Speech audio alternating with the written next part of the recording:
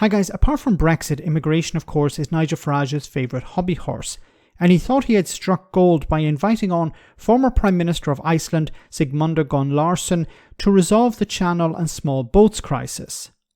The solution? Give people a bottle of water and take them back to France. Nigel was so enthusiastic about such a plan that he suggested that the Icelanders should hook up with the Tory government and perhaps be some sort of advisor to the Home Office. But as this is a response video, there are a few problems, I believe, with this solution. You said to me before we went on air that you could solve our migrant crisis, our cross-channel migrant crisis. So, right, off you go. In my opinion, looking at it from the outside, it's simple. Because people, particularly politicians, make these things so complicated. And they make things complicated for themselves, having given away power to some establishment that always is making things more and more difficult for them. So, when a boat comes with illegal migrants,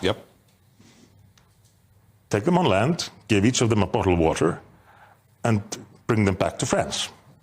Now, this should, in the long run, suit France as well, because I don't think they want to be sort of a middle ground in this huge influx of people going to the UK. So just take them back to France with a bottle of water. Immediately. Yeah. Take them back to France. Yep. The French must receive them because they are coming from their country. They left a safe country. Yeah. And they left France. Well, we better get you hooked up with the Conservative government, because they could do with somebody with a little bit of backbone. The best solutions are often the simple ones. Yeah. Yes, the best solutions are often the simplest ones. Okay, where to start with this? Well, just one small question. What if France say no? It's so ridiculous. Like, yeah, give them a bottle of water and take them back. I don't know why this bottle of water comes in. Anyway, give them a bottle of water and take them back to France. And, sorry, Sigmundur, what happens if the French say, no, you can't do that? And who's going to take them back to France? Is it the Royal Navy? Is it Serco? Is it some sort of organization? Is it the Home Office? Is it Border Force? Who is actually going to take the people back to France? Because when the ship arrives in whatever port in France, they'll actually have to ask for permission to port. And what if the French authorities say, no, you're not allowed to dock? Then what happens? Well, then you have to take the people back to Britain with their bottle of water. It's absolutely ridiculous. Then he went on to say, well, this actually suits France as well. But how would it suit France? I've said this on I don't know how many occasions. The people who are crossing the channel do not want to stay in France. Why is this so difficult for people to understand? People who don't want to stay in France will not stay in France. They want to be in the United Kingdom.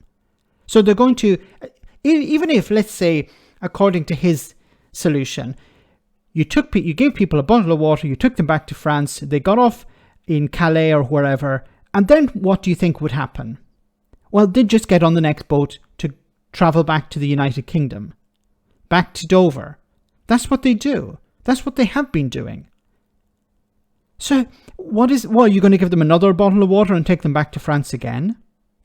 These people don't want to stay in France.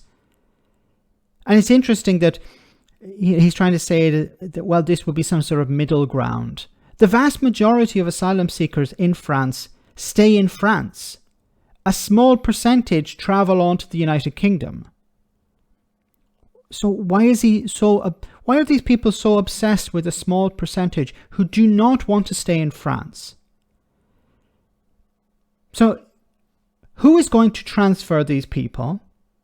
And what happens if the port authority in France do not allow the boat to dock? And even if they do permit the boat to dock, what do you think is going to happen after that? Has he thought this thing through before he puts in his CV to the Home Office? Although, considering the people that are in charge, he'd be probably given a pretty senior position as some sort of advisor. It's also interesting, if you look into this guy, to know why he's a former Prime Minister, but that's for another video. Let me know in the comment section, guys, what you think. As always, your comments are greatly appreciated. Thanks a lot.